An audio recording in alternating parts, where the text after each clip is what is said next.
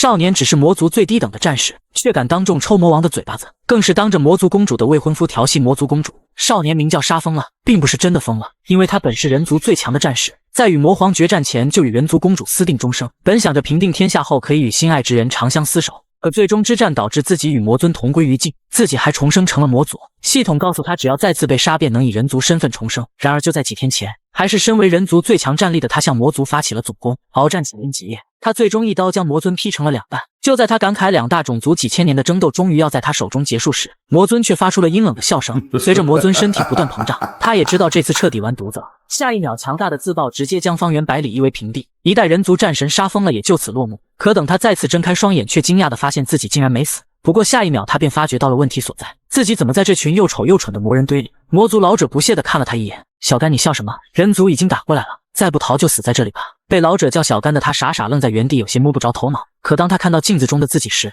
整个人直接爆炸。老子堂堂人族战神怎么重生成了魔族？还是魔族最低等的一级战士？这时一道系统声响起：“非常抱歉，您在重生的时候出现了 bug， 这是我的工作失误，非常对不起你。但我已经给你准备了再一次重生的机会，只要你再次被杀，就能以人族身份重生，不过不能自杀。”系统说完便赶忙溜之大吉，看着一会开心一会愤怒一会呆滞的小干，一旁魔族众人都认为他是被吓傻了。这时一位魔族少女通知众人，人族来了12位强者，他们这里除了 B 加级实力的殿下，其他人完全不是对手。小干闻言心头一震，老子现在不正是恶魔吗？让人族把我杀了不就可以重生了？想到这里他嘿嘿一笑，下一秒不顾众人震惊的目光朝洞口走去。几位魔族同胞赶忙劝他跑错了，那里是人族方向。小干停下了脚步，对他们说道：“躲是永远不能解决问题的，我一个人拖住人类，你们就可以跑了。”魔族同胞都以为自己耳朵听错了，这还是他们认识那个最怂的魔兵吗？就在小干准备英勇冲出洞口时，他的头顶突然出现一道魔法阵，下一秒无数碎石直接堵住了洞门。来人正是魔尊之女柳冰怡，她告诉众人，魔族从来没抛弃同胞的习惯，要走一起走。女人的出现差点没气死小干，任何人都休想阻止她重生。小干拼尽全力一拳打向洞口，可洞口碎石却纹丝不动。他怒视柳冰怡骂道：“真是个多管闲事的蠢女人！从小到大有谁敢对这位魔族公主不敬？小干这个最低等的战士还是第一个。”这让一旁老者愤怒之极，众人也纷纷附和，让他赶紧去送死吧。可小干却低着头感慨道：“一直以来就只会躲躲藏藏，人族有什么可怕的？身为一个勇敢的魔族战士，请让我有尊严的去死吧。”此话一出，众人震惊在了原地，而小干却强忍着偷笑，心中想着这次你们可没有理由拦我了。老者无奈地叹了口气，准备拉着公主离去。可柳冰怡虽然身为魔族公主，却有着一颗善良的心，望着那离去身影，她眼中充满了不舍。而小干此刻却像个孩子一样开开心心跑出了洞口。来吧，宝贝，是男人就一刀砍死我！人族强者们被他的突然出现吓了一跳，随后毫不客气地准备拿下这个经验包。小干一脸享受死亡的到来，可就在这千钧一发之际，突然一道利剑从他身边呼啸而过，有埋伏，快后退！人族强者见状，突然收起攻势退了回去，只留下一脸呆滞的小干。3年了，我都快忘了当年随魔尊征战沙场的快意恩仇了。来人正是那位魔族老者，此刻他竟突破了多年的屏障，晋升成为 B 级战士。魔尊死后，人族不断侵占魔族土地，因为不敢反抗，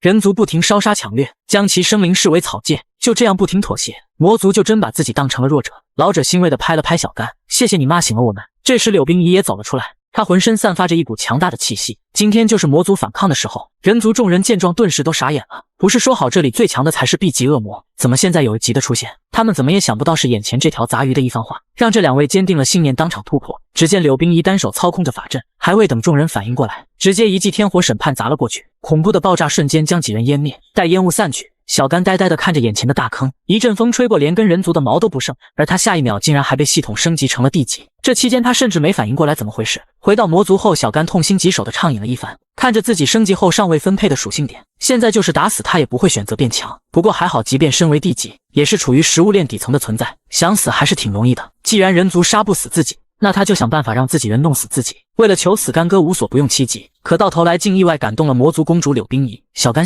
公主殿下找你过去。侍女的到来让干哥突然有了灵感，毕竟此人是公主侍女，如果非礼了她，公主绝对不会饶恕自己。可他万万没想到，一个小小的侍女竟也如此强大。干哥被一锤打昏后送到了柳冰怡殿内，在听过侍女描述后，柳冰怡并没有责怪他，反而介于这次英勇表现，从此给了干哥自由出入宫殿的权利。更令侍女没想到的是，柳冰怡竟然将跟随魔尊征战四方的杀戮王者套装送给了干哥。干哥在听完一系列奖励后是彻底傻眼了，他怀着沉痛的心情转身离去。而这一幕更令柳冰怡震惊不已，因为面对这么大的奖励，是个人也不会如此淡定。于是干哥在他心中又更上一层楼了。干哥离开的途中恰巧碰到一行人，此人正是3大魔令之一的魏明。魏明看到干哥手中之物不禁骂道：“难怪半夜召见，竟然将先王神装赠予这等杂兵，不就是逃亡途中英勇了一次，不敢当着众魔臣面封赏，却这样偷鸡摸狗，真是毫无国君风范。反观老夫这一生鞠躬尽瘁，你柳冰仪却视而不见。魏明心中暗下决定，从明日起他也要站到护岸一侧。在魔尊死后，魔族大权基本就由三大魔令之一的护岸掌控。这次柳冰仪被人族发现，便是他暗中操控。原本计划是想让柳冰仪陷入绝境，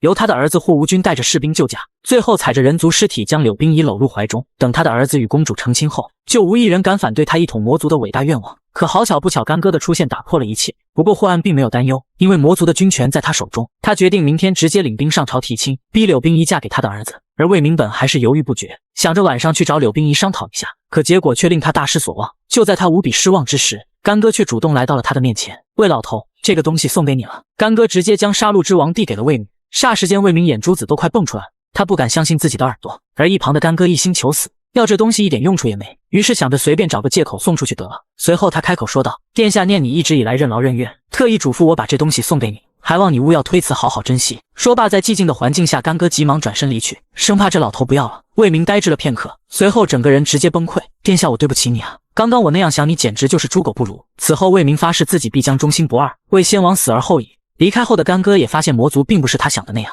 居然如此团结。明日还是闯进人族领地去送死吧。可就在这时，一道阴冷的声音突然响起：“公子，您父亲决定明日带领魏魔兵在朝堂上为你提亲，如有敢违抗，着杀无赦。”干哥听到最后这句话，仿佛像看到了黑夜里的一丝曙光。既然如此，那就在这个破地方多待上一日吧。第二天一早，会议厅便坐满了魔族高层。魔尊死后，大将军霍岸如今早已压过了他这个魔尊之女，连续2任魔尊亲赐魔令，任谁也不敢反驳这个两朝元老。在公事聊完后，霍岸终于忍不住说道：“殿下，能否赐吾儿一段姻缘？毕竟你们从小一起长大的。”柳冰仪闻言，刚想要起身祝福，下一秒霍岸便说道：“请殿下嫁给吾儿吴君。”此话一出，柳冰仪当场便疯掉了。他还以为霍岸是在给他开玩笑，谁料霍岸义正言辞地说道：“喜欢与否无关紧要，大义面前任何事都该靠边。魔族千年从未有过女子把控朝政，殿下若登基必迎来动荡，但你若嫁给吴君，则魔族大业可兴。”霍岸一番话说罢，不少魔族将士开始跟着起哄，在场除了魏明几乎没有反对者。见状，柳冰仪心中百感交集，只有一个心机男孩知道时机已到，该是由他出场的时候了。干哥在魏明震惊的目光走上前去，一把抓住柳冰仪的手：“你不要被这老家伙洗脑啊！任何人都有追逐幸福的权利。”柳冰仪脸上泛起一丝红润，可此刻激动的干哥并没有看到，他指着霍岸鼻子骂道：“老东西，是谁给你胆子跟主子在这指手画脚的？”干哥话音刚落，一股恐怖的威压便笼罩了整个大殿。霍岸一步步向干哥走去，这时一名拥护柳冰仪的长老迅速摆出战斗姿态，魏明也是警告霍岸注意自己的态度。可霍岸岂会被这样吓到？他一声令下，所有魏魔兵整齐划一地拔出武器。此刻场面剑拔弩张，谁也不敢乱动。魔族如果经历一次内战，那结局大家都清楚，柳冰仪更清楚会有什么后果。他低下头恳求各位助手，如果牺牲自己可以避免这次战斗，让魔族不再受欺凌，那么他答应。干哥听到这里脸都黑了，下一秒他哈哈大笑起来：“傻女人，这就从了吗？你爹的帝王气概是一点没留给你吗？我就不知道这会有什么可怕的。”说着，干哥便在众人震惊的目光中走到霍岸身前，随后直接让众人惊掉下巴。他竟一口浓痰射在了魔王霍将军的脸上，一时间时空如静止一般。不过让众人意想不到的是，这还没完，干哥接下来竟一巴掌甩在霍岸脸上，口中还叫嚣着：“好意思说你是两朝元老？仔细琢磨琢磨，军权是谁给你的？你现在牛逼了是不？当个衙门里的狗也敢仗势欺人啊！公主可是堂堂正正魔尊顺位继承者，而你儿子又算什么鸟东西，能配得上他？”小干指着魔王霍岸的鼻子嘲讽道：“不瞒你说，我与殿下前几天便已经私定终生，让你儿子一边凉快去吧。”受了这么大羞辱，小干不信这下霍岸还不把他弄死。此刻全场魔族都为之震惊，不少人都不知道魔族还有这号勇士，谁也想不到一个不起眼的废物敢在魔王面前叫嚣，连公主都敢泡。此刻柳冰仪心中无比感动，而霍岸却恨不得现在就手撕了他。干哥见状赶忙火上浇油：“来，有种你就弄死我，是可忍孰不可忍。”霍岸单手搓出一个和灵，这乃是他最强绝招之一，他要让所有人知道，实力才是绝对的权力。在场众人也只有魏明能够有匹敌霍岸的实力，可对方直接出绝招，他根本来不及援救，恐怖的破坏力湮灭了一切。可烟雾散去后，里面那道熟悉的身影竟然安然无恙，众人都傻了眼。可下一秒才发现，这竟然是军事魔令，此乃历代魔尊将力量与权力赋予最信任的人，继承了魔尊之力。干哥直接从地级恶魔晋升成极恶魔。这时大殿内响起了柳冰仪的厉喝：“从此甘乐沃就是魔族右将军，与左将军霍岸一起带领我们整个魔军，你们还不赶快参拜！”好家伙，干哥怎么也没想到公主竟然将魔尊之力赋予给他一个杂兵，还未等他回过神来，众人便纷纷行礼参拜干将军。干哥丝毫没有咸鱼翻身的快乐，此刻他心中就跟吃了屎一样难受。等等，凭一个魔尊令的确可以证明陛下对他的信任，但一个毛头小子在一群久经沙场的恶魔面前如何有说服力？军权要让无分处可以，那就让他先走一趟先祖魔窟。200年前魔族遭到重大危机，魔族先祖柳云为了保护族人牺牲了自己，他将自己最后的魔元封印在魔窟之中，等待下一个他认可的王者到来。然而近100年却没有任何恶魔通过考验。还没等干哥说话，一名长老就骂道：“你个老阴逼是何居心？那地方你能闯过去吗？”随即柳冰怡也怒骂道：“去禁地只有一死，证明不了什么。”两人都在为干哥仗义发言，可没想到干哥此刻却愣在了原地，脑子里一直回味着近100年来无一人生还这句话。霍暗笑着刚想嘲讽几人，下一秒干哥竟然举起了手：“大将军说的我非常赞同，那魔窟如今在何处？我要去，我现在就要去。”此话一出，在场众人无不傻眼。见干哥去意已决，柳冰怡也不好多说什么，但进入魔窟需要2人，除了干将军那地方谁会想去？就在这时，霍暗的儿子霍无君站了出来。霍暗见状大发雷霆，可霍无君一句话却让他无言以对：“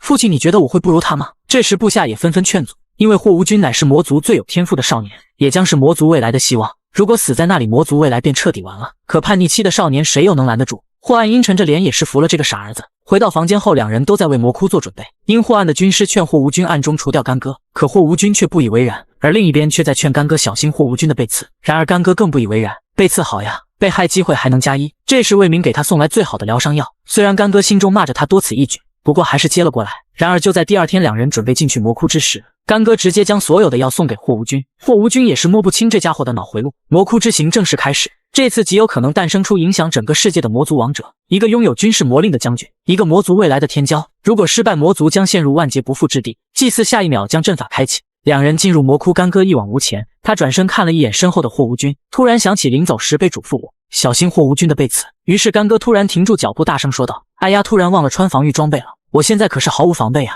这一操作让霍无君目光凝重，在敌人是什么都没搞清楚的情况下就这样暴露自己，他想干什么？干哥现在好想霍无君赶紧被刺他。果不其然，下一秒霍无君便凝聚起力量，随手在干哥开心的目光下一击必杀。不过杀的却不是他，而是隐藏在暗处的地级魔族伏鬼魂。干哥此刻头顶出现了一连串问号，没等他弄明白发生什么，突然周围数万只魔符同时进攻两人。霍无君手中一朵莲花绽放，此刻这些隐形的魔符全部现身。面对这洪水般的进攻，霍无君没有丝毫慌张，只见他在天空打了一个响指，霎时间那些花瓣便将这些魔符全部斩杀。他淡淡的对干哥说道：“你早就看出周围这些善于隐藏的魔符了吧？故意暴露自己的弱点来引诱他们现身，你很聪明，但别以为我是傻子。”干哥强忍着骂人的冲动：“你说的都对，我还从没见过你脑子这么好使的呢。现在怪物都冲着霍无君去了，结果就变成霍无君不杀他，怪物也不杀他，他反而成了这里最安全的人。”想到这里，干哥下定决心要把怪物都引过来杀自己才行。干哥打开面板，将自己从未用过的480点属性全部加到了力量上，防御一点也没增加，这样只要他完成足够多伤害，便可以吸引怪物的注意。干哥不禁赞叹自己是天才中的天才。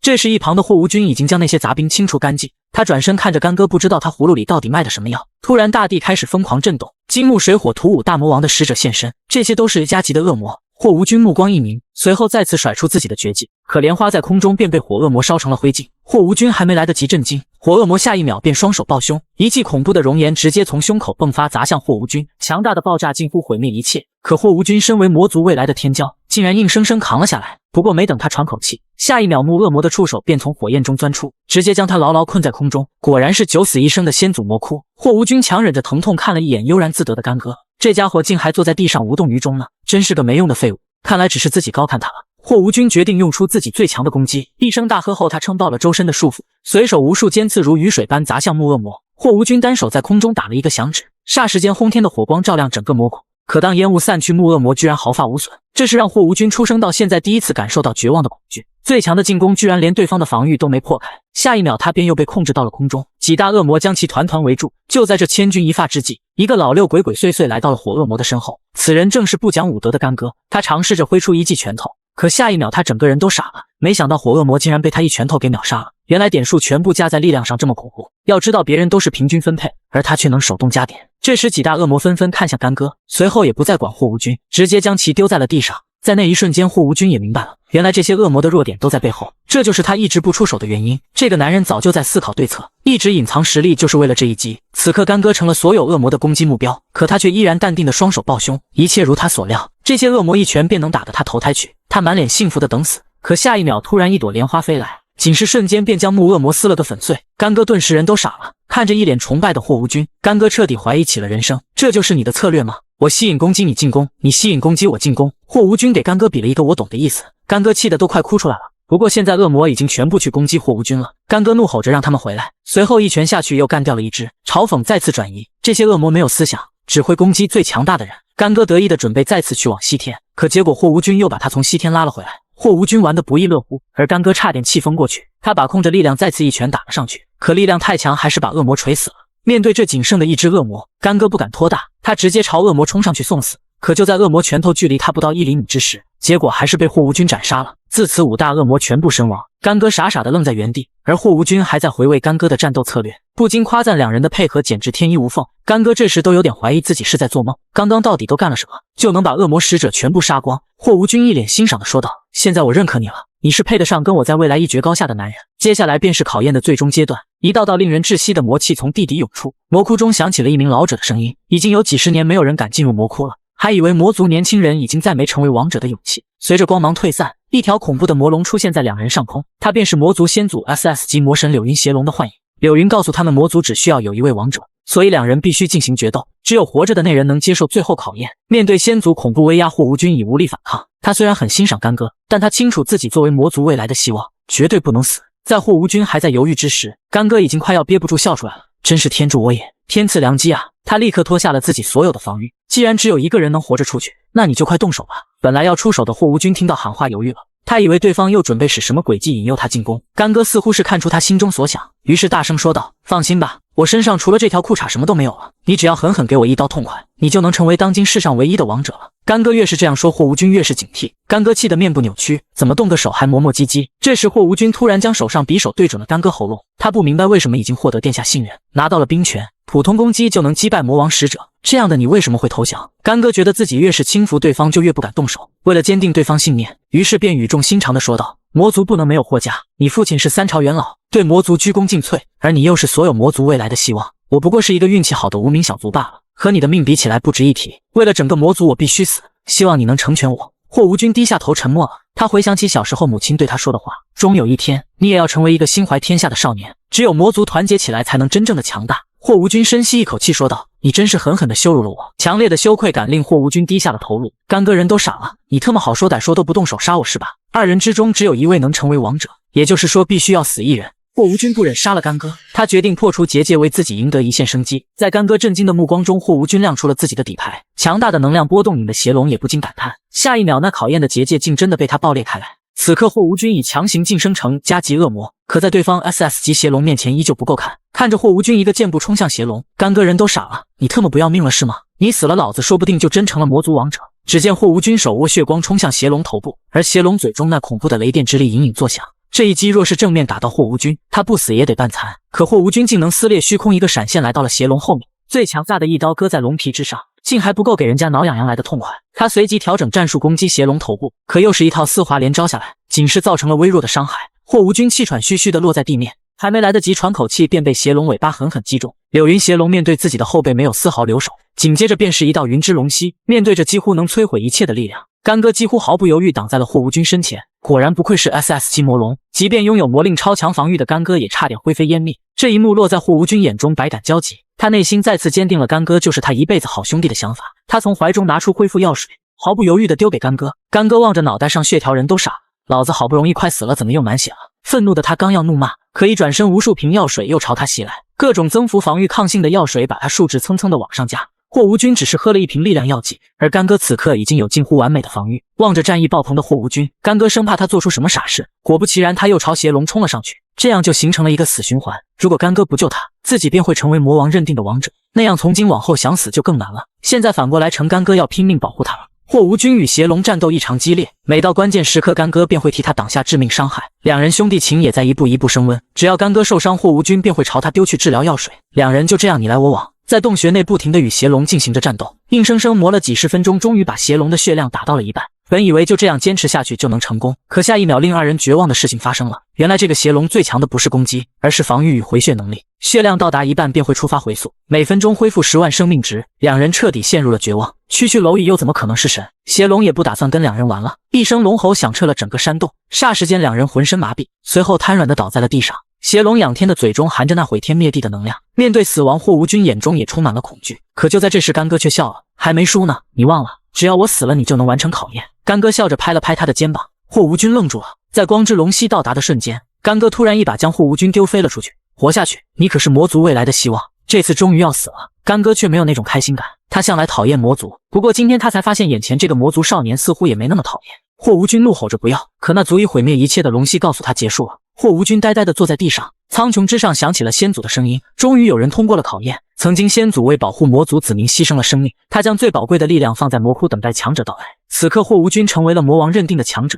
而不是王者，他也彻底晋升成加级恶魔，获得 S 级技能魔龙之息。然而魔族只有强者是不够的。烟雾散去，一道身影出现在霍无君身后。想要成为王者，是要有不畏生死守护魔族的信念，这才是王者最重要的品质。干哥毫无疑问成为了魔王认定的王者，同样提升到了1加级恶魔，获得了 SSS 级被动技能回溯，每分钟恢复10万生命值。霍暗忍不住笑了起来，真不愧是我的儿子，以前倒是小看他了。霍暗的话还没说完，便被另一位魔令打断。很抱歉，成为王者的不是无君公子，而是干将军。此话一出，众人眼珠子都快掉出来了。谁能想到一个低等恶魔仅仅在几天时间内就成为了传说？而此时的王者正在苦恼，因为一心想死的他现在每分钟都能恢复10万生命力。干哥实在想不出来这世间谁还能杀得了他。此刻熙熙攘攘的街头，只有他最孤独。这时干哥发现身后有一道身影正在跟着自己，心情不好的他当场怒骂起来：你一直跟着我干嘛？这个小恶魔也是低等的魔族小孩。他拿出一张字条递给了干哥，上面竟说前往白灵魔窟能兑现3个愿望。几天前一位神秘人要求小恶魔将字条交给干哥，而小恶魔因为妈妈魔心离衰竭只剩1个月时间，他也抱着一丝希望找到了干哥，希望对方能带他去尝试最后的机会。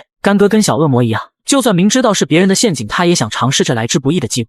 干哥从一名杂兵到干将军再到魔族王者，只用了短短1天的时间，现在几乎没多少人认识他，不然谁又敢算计魔族王者？两人笑嘻嘻的来到了指定地方，一到地方干哥便迫不及待的冲了进去。冲进去后大门突然关闭，此刻暗中一位恶魔脸上露出了笑容，紧接着还没等干哥回过神来，一个不讲武德的老六便偷袭而来，可用尽全力的一击还不够给干哥挠痒了。干哥似乎没把对方当回事，还抱着仅存的幻想说道：你好，这边是百灵魔窟吗？我们是来领取愿望的。偷袭的恶魔哈哈大笑起来，都死在临头了还在痴心妄想呀，也不动猪脑子想想，这世上哪有什么能实现愿望的好事？众人皆是被干哥的呆萌逗笑了，没想老大让杀的是个傻子，这些人乃是魔族最肮脏的组织，所有你能想到的黑暗事情他们都做。一位杀手拍了拍干哥的脸，刚想要说点让他乖乖受死的话，下一秒便倒飞了出去。其余几位杀手直接看傻了眼，情报上不是说这家伙只是一个低等的恶魔吗？此刻干哥握紧愤怒的拳头，都多少次了，每一次的希望破灭都是对他沉重的打击。今天因为成为王者，所以心情不好，喝了点酒，你们就又特么给我整活。干哥现在真的好憋屈好火大，他只是朝空中挥舞了一拳，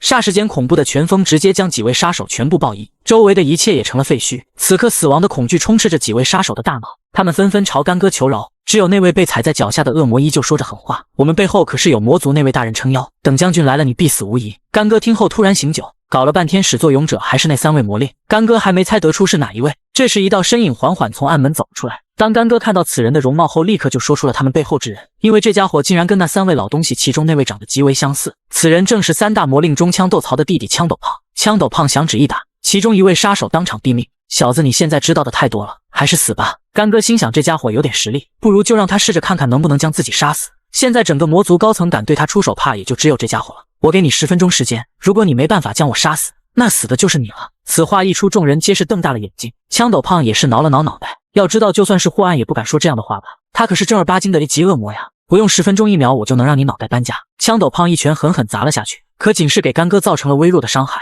下一秒干哥脸上的伤痕再次恢复，干哥兴奋地说道：快点拿出你的必杀技试试，10分钟可是马上就要到了。枪斗胖也是没想到这家伙竟然这么强，不过没被人小瞧的滋味很不好受。这次他凝聚魔力开始疯狂击杀干哥，仅是眨眼的功夫便打出数百拳。正在他打得正欢快之时，突然他的随从面色大变，他似乎是突然想起了什么。枪斗胖打了半天累得气喘吁吁，可躺在地上的干哥却依旧是满血状态。枪斗胖见状直接用出自己最强的力量，可这一拳下去，因伤害太大触发了干哥的反伤，枪斗胖猛地一口鲜血喷出，随后赶忙跳出了数米之远。他心中暗暗震惊，刚刚发生了什么？为什么自己突然间身受重伤？这时一旁随从惊恐地叫道：老大，今天早上收到消息，不是说这家伙进入了先祖魔窟吗？那地方不是必死之地，他现在怎么活着在这里呢？干哥心累地叫道：能不能拿出你的全部实力啊？你这样我真的很想睡觉。枪斗胖闻言阴沉着脸，直接变身成最强形态。只见他单手举向天空，霎时间强大的能量充斥着整个店内，爆炸整整轰鸣了几分钟的时间才停下来。可还没等枪斗胖高兴片刻，突然又是那股无形的力量从他体内爆发，当场就将其炸飞了出去。这次那神秘力量更为强大，几乎要将他身体撕成碎片。枪斗胖呆呆地跪在地上，他他不明白究竟发生了什么，为什么自己发出攻击反而自己会受伤。可下一秒，更恐怖的事情发生了，只见一道身影从爆炸的烟雾中站了起来。干哥此刻同样十分呆滞，他不明白为什么自己被轰炸了这么久，怎么还特么的毫发无损呢？失望之余，干哥也不想继续尝试下去。你已经没有价值了，准备死吧！枪斗胖早已经被吓得魂飞魄散，他瘫软在地，不断求饶。干哥前世杀的恶魔不计其数，又怎会在乎这一个？就在这千钧一发之际，一道声音叫住了他，来者正是三大魔令中最具智慧的军师枪斗曹。枪斗胖见哥哥来了，拼命求救，可枪斗曹并没有理会他，反而将他的生死交给干哥处置。他更怕干哥因此迁怒于自己，毕竟被魔族先祖认定王者的事情一旦传出去，怕是整个魔族都要马首是瞻。干哥踩在胖子的手上骂道：“真是个没用的废物！你的命我也没太大兴趣，不过我需要一样东西。你刚刚不是说自己有2颗魔心吗？借一个用用不过分吧？能活命。”枪斗胖已经是莫大的感激，献出一个心脏又有何妨？看着小恶魔对自己感激涕零的模样，干哥不禁长叹了口气，没想到这地方还是能实现愿望的。只不过自己的愿望什么时候才能实现呢？娜娜，你现在还好吗？与此同时，人族已经筹谋了一场大规模进攻，而这边魔族也才刚刚收到消息。此时干哥正在做着可怕的噩梦，梦中无数强者拼命朝他进攻，自己还是一根毛都掉不了，一群废物呀！难道就真的没有一个人能杀得了我吗？从噩梦中惊醒的干哥捂着脑袋，这是一位身穿女仆装的魔族少女向他请安。干将军，殿下召开紧急会议，请您前去商议。大殿内一众魔族高层早已等候多时，这次事关魔族生死，众人脸上皆是一脸凝重，因为人族高层发生变故，此次竟派出了1万名战士。如此大规模战斗，还是几十年前魔族举国之力才勉强抵抗下来的。然而当时人族才派出了5000人，如今魔族本就衰落，人族却有2倍战力，正面一战必败无疑。霍暗统兵多年，他建议死守消耗等待战机，然后求援其他魔族同胞，这无疑是最好的办法。不过柳冰仪还是询问干哥觉得如何。干哥此刻化身爱因斯坦开始计算，如果每1000个战士同时对他发起进攻，平均每个人每分钟伤害超过100，那么总伤害就能超过自己的恢复值。也就是说，这次送死是最有机会的，绝佳的天赐良机啊！干哥猛地一拍桌子，战，必须战，而且要狠狠地出城迎击。此话一出，众人一脸呆滞，霍暗更是忍不住怒骂起来。虽然你被先祖认定为王者，但现在可是魔族生死存亡之际，岂能听尔等妄言？人族带5000人来，你们尚且奄奄一息，如今1万人，你们却要把命交到援军手中。如果几十年后带领10万人呢？你们还把命交给谁？干哥这发自灵魂的质问让众人哑口无言。谁说魔族就一定会败？你们忘了我是谁了吗？我就是你们的王者，带领你们统一世界的王。逼权让干哥装完了，试问哪个女孩能拒绝这样的男人？诸位高层也纷纷议论起来。确实，先祖的预言说过，魔族王者将带领魔族走向统一，走向光明。在场高层也只有霍暗持坚决反对的态度，因为那些魔族战士都是跟随他出生入死多年的弟兄，他又岂能因为干哥几句话将所有将士生命交出去？干哥不禁嘲笑道：“当了这么多年的将军，竟然不知道战场最重要的是什么？是必胜的信心与无畏的勇气。如果连战斗的勇气都没有，那还算什么战士？不过苟延残喘罢了。”干哥当场立下军令状，如果这次战败，就请把我斩首示众，输赢都是死。干哥简直赚麻了，他的激情发言感染了在场所有人。霍无君脸上更是露出崇拜的神色，这家伙总是那么让人振奋。柳冰一站起身来，当场做出决定，这场战斗封干将军为元帅，所有人听命于他，开城准备迎敌。看着面前几万人族大军压境，干哥露出了久违的笑容。他太清楚人族强大的实力，自己这被魔王赋予的强大恢复力一定会被杀。而一旁的霍暗在开战前就告诉了手下，没有他的命令不许出战。谁料干哥此刻竟大声吆喝道：“众将听令，你们都给我在城内待好了，一个都不许出城！”这变态的命令让魔族所有人都傻了眼。只见干哥没有丝毫犹豫，直接跳下城墙准备挨揍。人族众人见状也是呆滞了片刻，为首的将军路刃甲更是第一次遇见这种情况。这个恶魔怎么一个人就下来了？平生谨慎的他看着墙头恶魔们无动于衷，此刻心中疑虑更加强烈。干哥勇猛的模样让魔族战士热血沸腾，魔族众人纷纷议论，以前霍暗将军一直带着他们总是谨小慎微，没想到现在的干将军竟然如此威猛。要知道对面可都是人族最强的精锐啊！这时干哥不屑的叫嚣更让魔族战士感到前所未有的骄傲，他们已经好久没有这样热血过了。怎么你们都不敢过来了？不是吧，就我一人也怕？干哥望着路刃甲回想起了曾经，这家伙以前在人族也是做过他手下的，他深知这家伙最死要面子，只要稍微挑衅便会上当。于是干哥冲着他撅起屁股扭了起来，一群小趴菜们，快来给哥哥挠痒痒！果不其然，路刃甲如遭雷击，下一秒直接暴怒起来，特么的竟敢对我撅屁股！众将听令，给我上去弄他！计谋得逞的干哥微微一笑，希望你们不要令我失望呀。霎时间，无数刀刃朝干哥脖颈划过，可造成的伤害不过他血量的9牛1毛，也只有路刃甲能造成多一点的伤害。干哥就这么站着不动，强大的防御力加上几乎不死不灭的恢复力，让他身上的伤势以极快速度恢复如初。这点程度的攻击根本不足以杀死他。干哥愤怒地骂道：“你们特么的都没吃饭吗？给老子用全力！”人族战士一个个愣在了原地。路刃甲也从未见过有如此恐怖恢复力的恶魔，他不敢大意，于是当即召集第2部队。下一秒，后方一辆坦克从烟雾中窜出，此乃人类最强杀气镭射大炮，炮弹锁定干戈的一瞬间，恐怖的力量直接贯穿整个战场。只有干戈在兴奋地承受着镭射炮带来的快感，而魔族众人即便是霍暗都面色凝重。他没想到人类这次准备的武器竟如此强大，更让他震惊的是干戈那无与伦比的恢复力。霍暗直到现在才明白什么是被先祖认定的王者，他从一开始就打算以一己之力对抗人族。干戈此刻承受着五花八门的攻击，越挨打越兴奋，因为他的血量终于开始往下面掉了。可还没等他兴奋几秒钟，突然身体发出异样的能量，竟触发了反伤被动。下一秒，一道无形的攻击射向其中的人族战士，那名人族战士当场便被拦腰斩断。身为统帅的路刃甲这时也恢复了理智，这个恶魔有很大的问题。他突然想到了什么，当即令所有战士停止了攻击。他想起传说魔族曾诞生过一位 SSS 级魔族王者，号称拥有堪称 BUG 般的恢复力与防御力。当年在魔族几乎灭亡的情况下，以一己之力带领魔族走向巅峰。难道这位王者又现世了？路刃甲额头直冒冷汗，而此时的干戈却不开心了。好不容易受的伤，在这几秒钟内又恢复了过来。人族战士如同见了鬼一般，纷纷惊呼。看到没，这恶魔伤势又恢复了。路刃甲此刻传令众人原地待命，他脸上又露出了得意的笑容。我承认你很强，但我们的任务已经完成，大家撤退，减少不必要的伤亡。在干戈一脸迷茫的眼神下，人族几万大军竟然开始撤退起来。城墙上的魔族如同打了鸡血，他们都被干戈激发了斗志。在护无军的带领下，魔族战士纷纷冲下城墙展开追杀。干戈怎么也没想到结局竟成了这副模样。看着面前人魔打成一片，他此刻也无力阻拦，更有开始不服他的霍暗，现在也是叹了口气，嘴里不停念叨了：干将军是无老矣，您的确有勇有谋，堪称王者。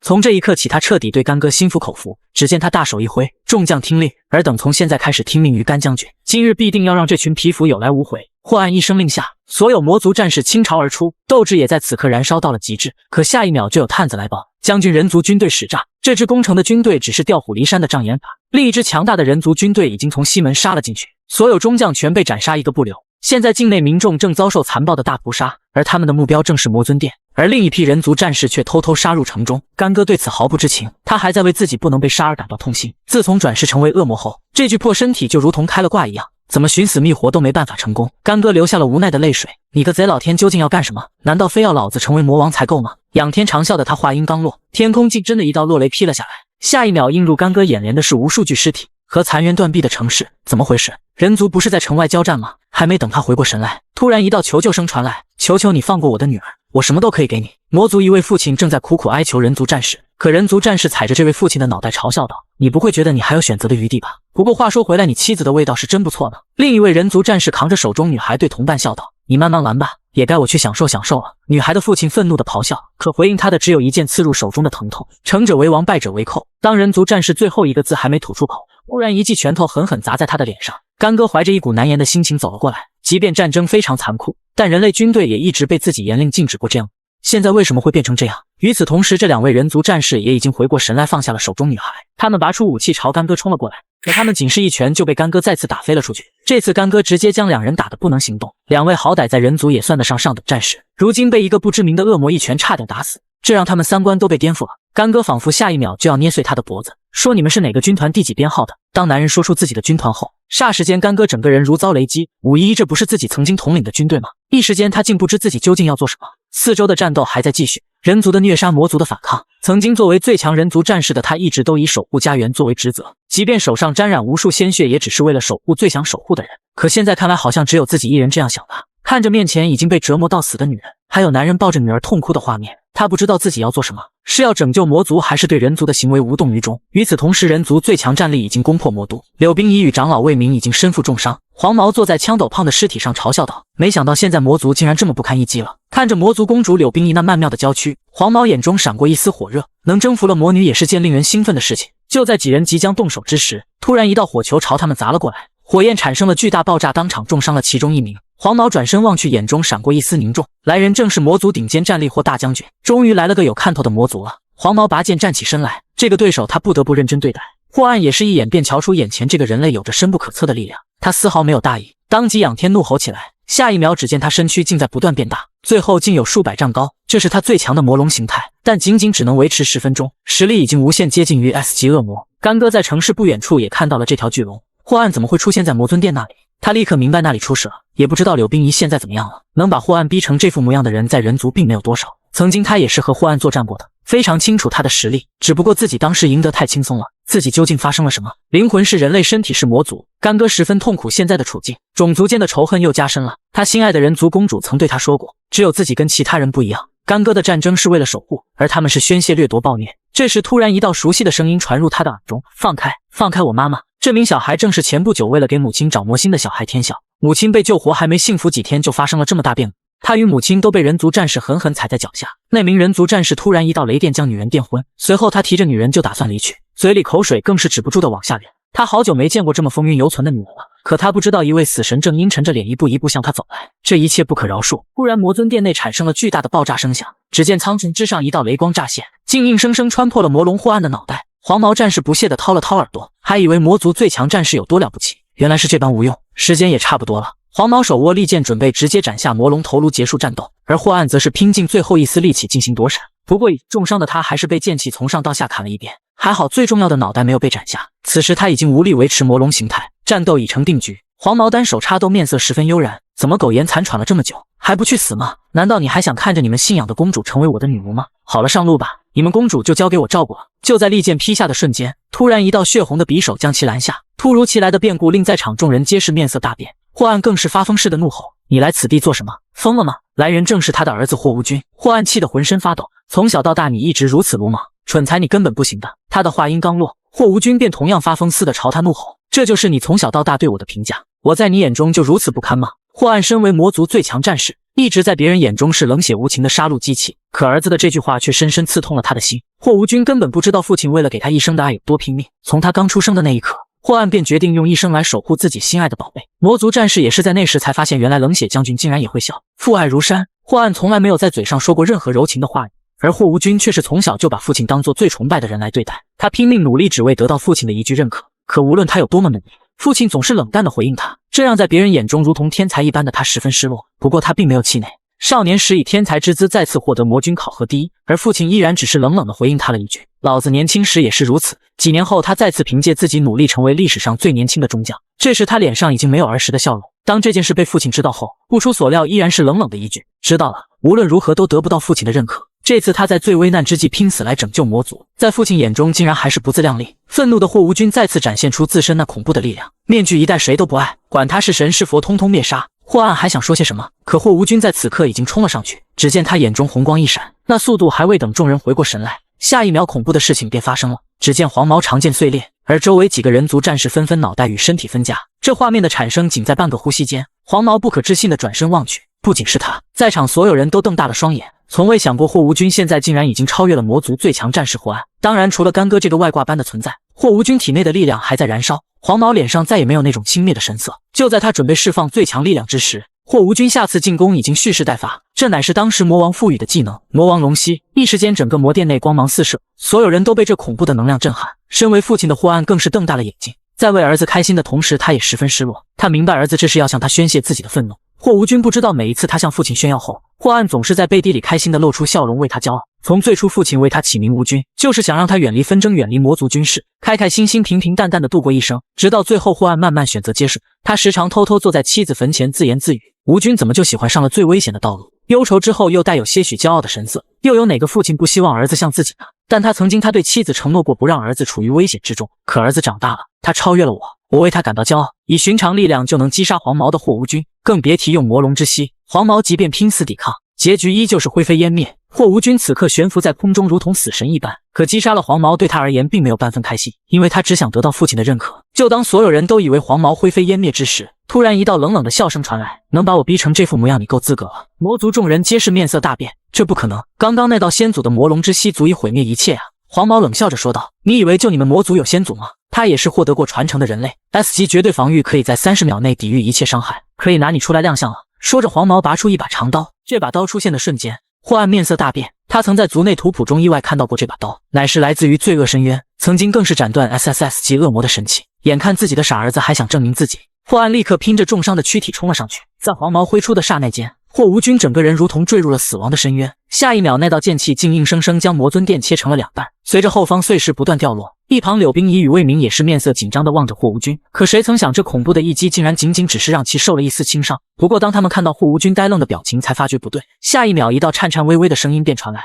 无君，为父错了，一直以来为父都忘了告诉你，你是父亲最大的骄傲，你真的是魔族最优秀的战士，现在是，未来更是，所以你必须活下去。”这一击竟被霍暗以强大的躯体挡了绝大部分伤害，不过因此他也要付出生命的代价。随着手臂的滑落，霍暗决定以最后的力量为儿子筑起一道防御，助其逃脱。数十年来，他谨小慎微，无不是为了整个魔族与自己的儿子。即便到现在，他也留有后手。只见霍暗身体上开始出现无数道密密麻麻的裂纹，和裂生之强，这是他燃烧生命筑起的一道防御。一道细微的防御以肉眼可见的速度逐渐升起。霍无君眼中泪水止不住的往下流，可无奈他的魔龙之息短时间也只能使用一次。此刻，只有明白现状的魏明赶忙冲上去将霍无君拉了回来，他强行拖着两位年轻人逃离这里。现在不跑才是白白浪费将军的牺牲。见状，霍暗也露出了微笑，脑子里也开始了走马观花的回忆，务必用一生来守护你。身为一个父亲，他做到了。可这么感人的情景，黄毛却十分厌恶，还给老子玩起了父子情深。老子喜欢看到的是你们绝望的表情，而不是这些。说着，他便准备一剑斩下。可这时又一道声音响了起来：“将军这样让杀了他们，是不是有些太便宜了？您此次不正是为了这个魔猿与柳冰怡公主吗？不如活捉他们，再好好调教。魔猿我给您带来了。”此人正是三大魔令之一的枪斗曹，可黄毛却直接将刀架在了他脖子上。我凭什么相信你？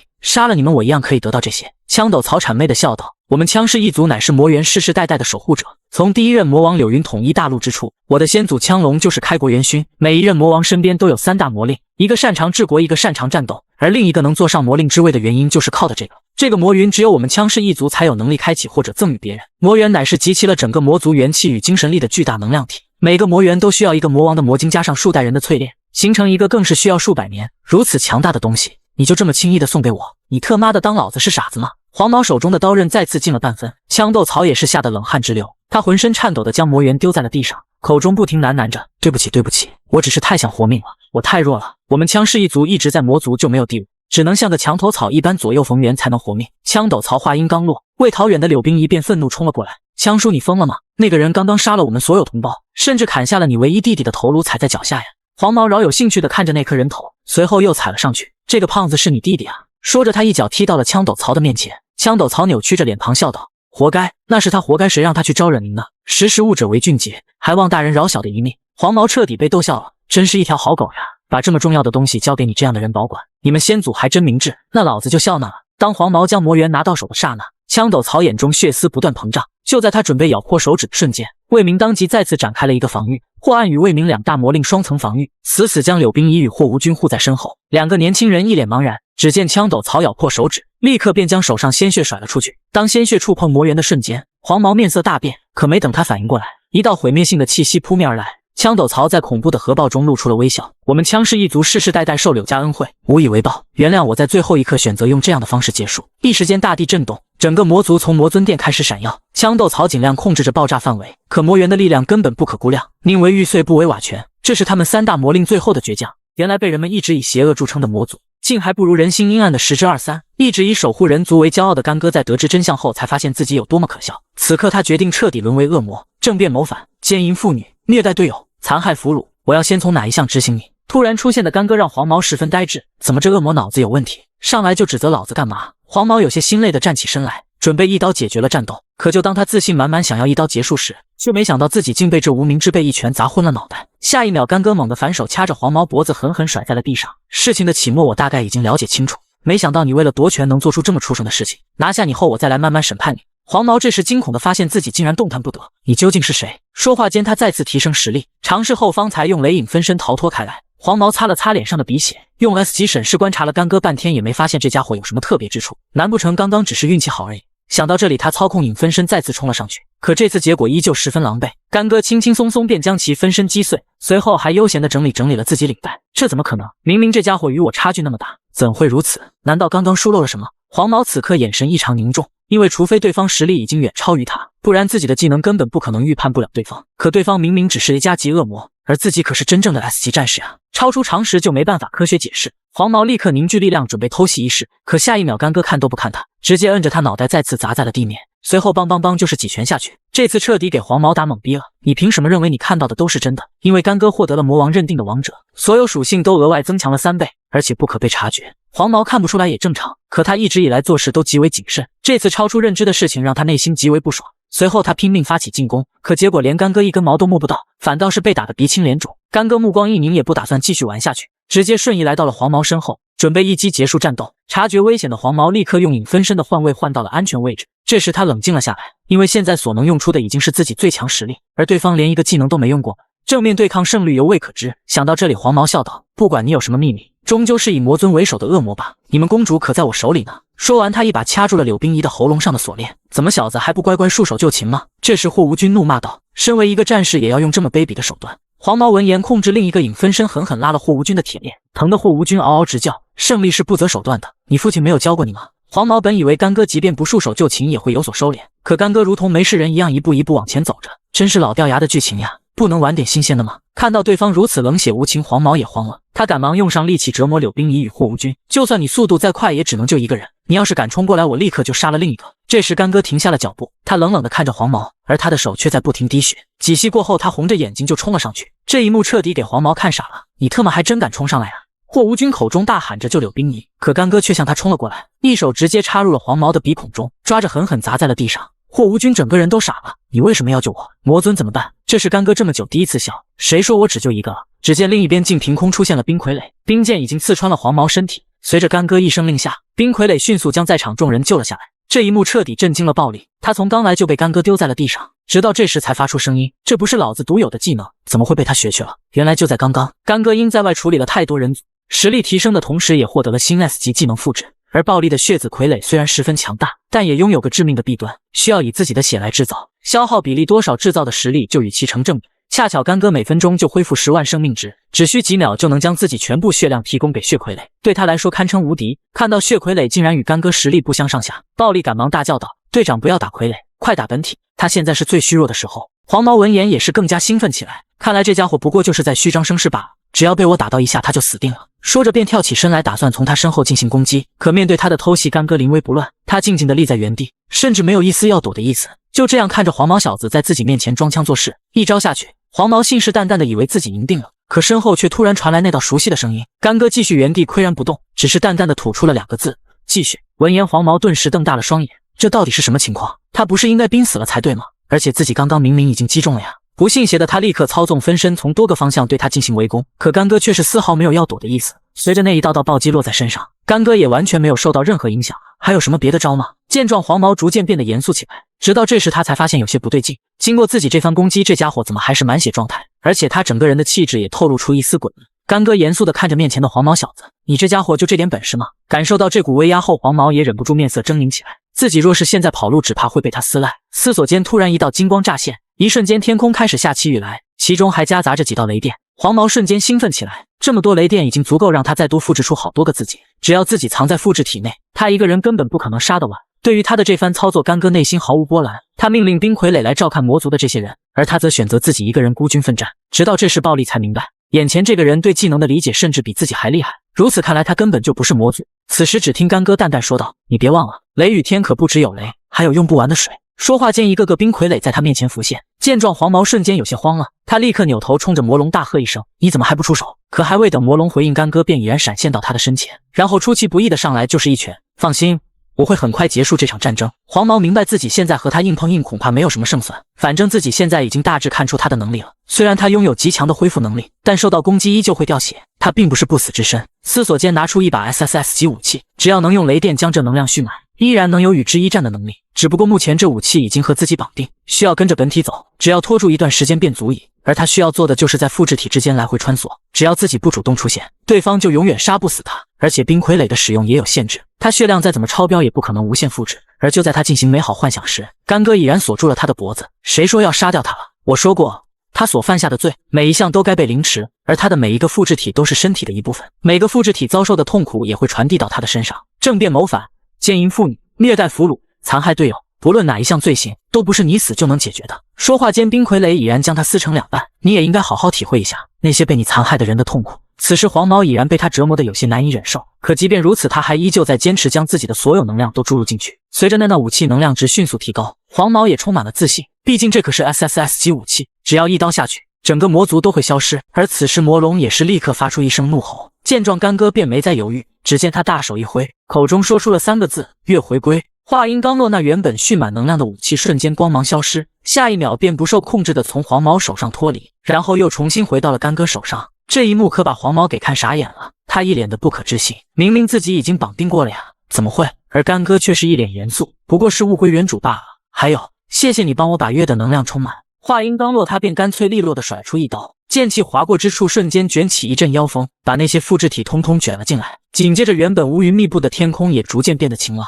魔龙也立刻俯下身子，开始认主。原来他正是与干哥从小一起长大的玩伴雷龙吉塔。与此同时，那些复制体也在一点一点的逐步消散。冰傀儡死死地看着跪坐在地上无计可施的黄毛。下一秒，干哥一把将那武器架在了他的脖子上。这场战争也是时候该结束了。可就在这时，魔龙十分痛苦地挡在黄毛面前。干哥不以为然，现在没有雷了，你的能量也几乎耗尽，你现在已经无处可逃了。可黄毛手里却突然出现了一个控制装置，据他推测，魔龙的速度数据接近1万，他根本不可能赶上。说着便按下那控制按钮，快点，带我走，不然我就让你爆掉。随着那控制设备的不断发力，魔龙再次发出痛苦哀嚎，甚至眼角也不受控制的流出泪水。见状，干哥再也坐不住了，这家伙竟然给吉塔装上了内爆装置，真畜生啊！而黄毛想都没想便冲着魔龙的头颅跑去，快带我起飞！魔龙因为受不了那痛苦折磨，直接一飞冲天。此时黄毛还在沾沾自喜，区垃圾魔族罢了，我可不会在这里栽跟头。这趟过来还拿到了魔元，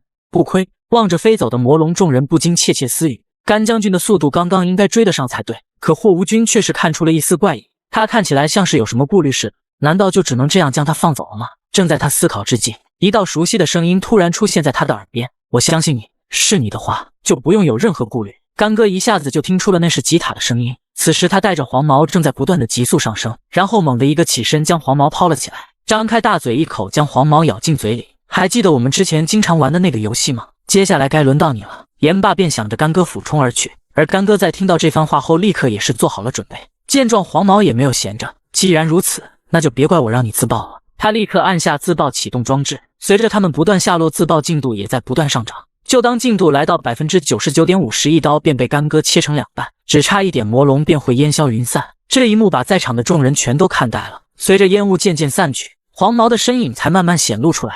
此时他仅剩下最后一口气，还在不断的求着干哥放过自己。他到死也不明白干哥为何一定要将他赶尽杀绝，而干哥只是轻喝一声，你从背叛我的那一刻开始，就应该想到这个结局了吧。说话间，他举起长剑，见到文华，记得好好给他下跪认错。直到这时，黄毛才明白，原来面前此人竟是自己曾经的首领。可如今不管说什么都为时已晚，政变谋反，奸淫妇女，虐待俘虏，残害队友，这一桩一件件，随便拿出一个都够他死上100回了。更何况你还窃我装备，欺我吉塔，无情无义，无上无下。想到这儿，干哥不再有一丝犹豫，行。直到这时，暴力才敢确认，原来这个恶魔就是他们曾经的队长，而他从来都没有当过逃兵。紧接着，一道系统声音响起，成功击杀人族 BOSS， 完成魔族守护任务。历史发生偏移，成功获得经验值220万，升级4级，等级提升至16，进入可进阶状态。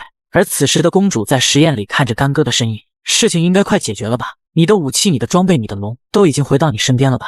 现在只剩下你的女人了。她是被魔族先祖认定的最强王者，却也是曾经守护众生的人族战士。直到一次战斗才让她恢复了全部记忆。随着那场战斗的结束，军队前线的消息也立马传到了黄毛父亲耳中。可对此，他的父亲却是表现得十分淡定。既然尸体没被带回来，那就给他安排一个空关国葬吧，一定要告诉全世界，我新城的长子是光荣的死在了战场上。此话一出，便被他的次子听在了耳中。他下定决心，定要为自己的哥哥报仇，把云国的那些魔族通通杀光。与此同时，在封国殿内，国王算是犯起了难。联盟大会的函件已经送来3天了，可他却依旧还没决定好合适的人选。在他看来，这等联盟大会对自己这等小国就像是公开侮辱一般，但作为联盟国的一员又不能不参与。明明自己国家连加级的恶魔都凑不出几个，好不容易培养出几个宝贵人才，却还要被送去参加如此危险的大会。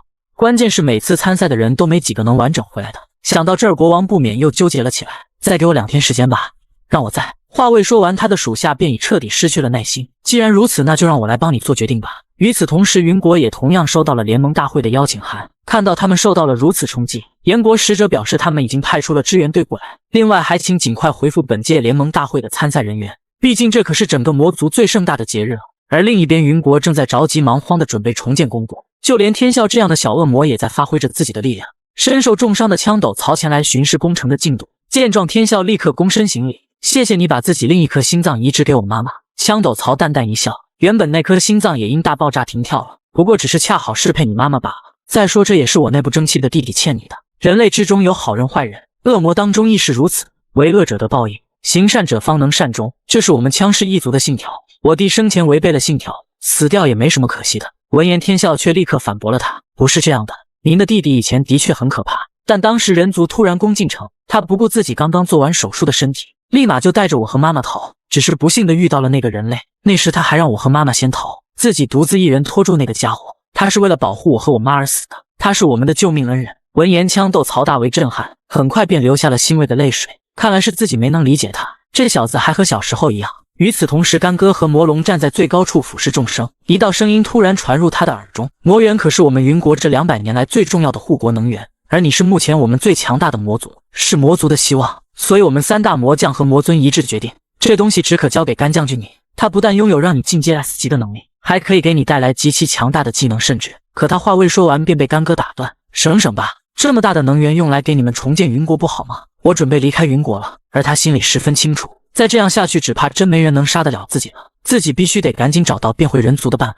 人族发生了这么大的变故，那不知道现在过得怎么样，有没有危险？我是人族，而他们是魔族，本就不该有交集，更不能产生情感，而且自己要被杀后才能变回人类这件事，这些魔族必定不会理解，也没法帮自己。此时魔龙却淡淡的告诉他，放心，公主没有危险，我也会陪着你的。怎么样，想好去哪了吗？说话间，魔龙带着他一脚腾空而起，直朝天际。此时霍无君正在医院里陪自己受伤的父亲，可他却一直一副心事重重的模样。自从第一次在朝堂上看到他开始，到魔窟他的所作所为，自己其实早就该意识到了，他根本不是恶魔族，而是个可恨的一直在寻死的人族。为了能重新变回人族，他只能想着法子不停地找死。他首先想到的便是 S 级以上的魔王，现在也许只有他们可以用一些特殊的技能秒掉自己。不过那种魔王他以前也只在那个魔塔遇到，之后就再也没见过。于是他扭头看向魔兽吉塔，你快帮我想想办法，还有没有其他能让我赶紧被杀的法子？而吉塔的内心却很是复杂，再怎么说自己也是他的契约魔兽，帮他想怎么去死的法子总感觉有些怪怪的。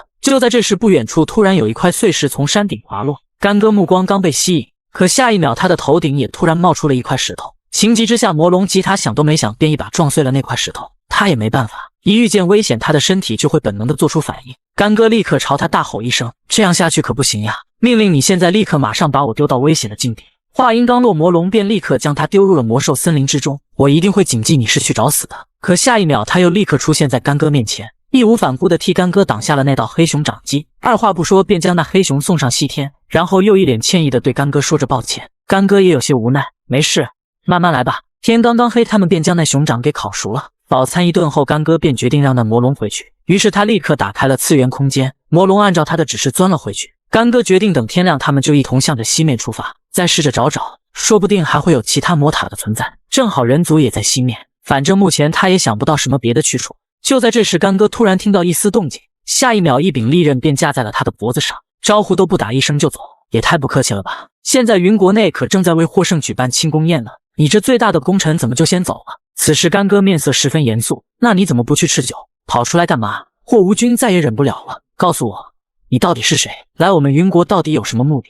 干哥能看得出来，虽然他很愤怒，但身上并没有杀气。霍无君继续追问，那些人类跟你到底是什么关系？为什么你那么了解他们？还有雷龙，他为什么会跟着你？武器为什么会飞到你的手上？此时干哥神色淡然，他只是静静地说出了几个字，因为我是人类，可惜你现在杀不了我，不然死在你手上也是不错的。闻言，霍无君这才更加坚定了自己的想法，果然，你是在找死，而且一直以来都在找死，挑衅我爹，跟我在魔窟里，还有人族大战的时候一个人跳下去，你都是为了能让自己被杀死。可你告诉我，这到底是为什么？见他如此，干哥只好告诉了他真相。虽然你可能很难理解为什么我死后才能变回人类，但事实就是如此。霍无君继续追问，可你为什么要杀死那个人族对象？明明他的实力是可以杀死你的吧？你根本没必要救我们不是吗？明明可以等他杀光我们，然后被他杀死，这样你不就可以回去了吗？你们人族军队也可以获胜，你也可以回去，你根本没有帮助魔族的立场，不是吗？话音刚落，干哥便告诉他，这是无关立场，事关信念，我无法忍受这明显的恶继续下去。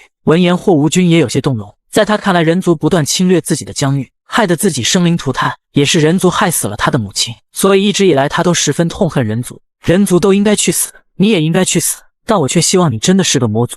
干哥也有些无奈，毕竟他也无法改变这个事实，于是他只好低头向前走去。他知道自己不应该和任何魔族产生关联，而且两人不能也不应该做朋友。就在此时，霍无君突然开口，1周之后会举行联盟大会，是我们魔族18个国家最重要的一场大会，这是一场比武大会，每个国家都需要派出2名恶魔参赛，届时所有最强的魔族都会出现，其中不乏众多 S 级的恶魔参战。如果你要被杀，这会是一个很好的机会，虽然你在我们云国已经再无对手，但可别小瞧了整个恶魔族。闻言，干哥满脸皆是震惊之色。比武大会可以杀人吗？霍无君认真地告诉他，当然，为了各自国家，所有参赛者都是视死如归的，云国也没其他人愿去送死，魔尊只能同意我们2个前去参战。我可以帮你一起制定你的找死计划，但魔族王者不能死于他人之手，最后一刀必须由我来解决。干哥想都没想便露出了一个十分灿烂的笑容。好的，就这样成交。